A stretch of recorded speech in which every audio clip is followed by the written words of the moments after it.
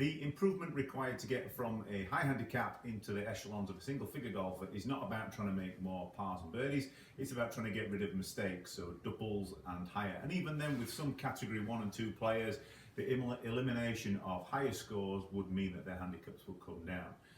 With the advent of driving ranges, with launch monitor capabilities, personal launch monitors, stats that you can get on an app from when you play the golf course, and obviously skills tests like we can do here in the Golf Tech studio, there's no excuse for not knowing what your weaknesses are.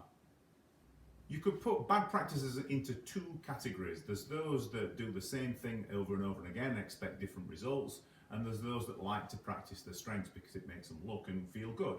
What I've got here is a little skills test that I've put together that's going to assess each part of my game from my chipping right through to my tee shots. What it'll do is highlight where there's any weaknesses, and therefore I can work on those particular weaknesses within the practice. So check back in with you in a couple of minutes and we'll see what we can identify from this skills challenge.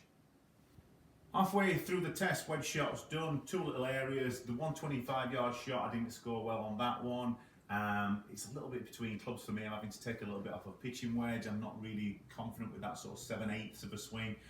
Similar to the 60-yard shot, that's sort of like maybe a 3/4 lob wedge for me. And again, not a shot I practice an awful lot. So already 2 areas I've identified of weakness. I'm into 150 now. I'm going to hit a 9-iron down there. It's a pretty good 9-iron. See how we get on with this.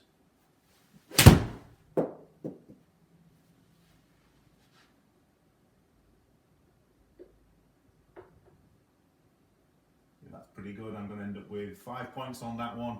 Again, a 150-yard shot is something I'm pretty happy with.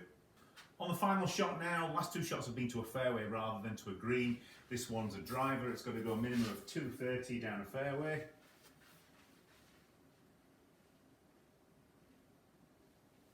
Just cut it a little bit, let it hold the fairway. It'll get me a point, which is the equivalent to a fairway hit. So the areas of weakness for me were like 60 and 125.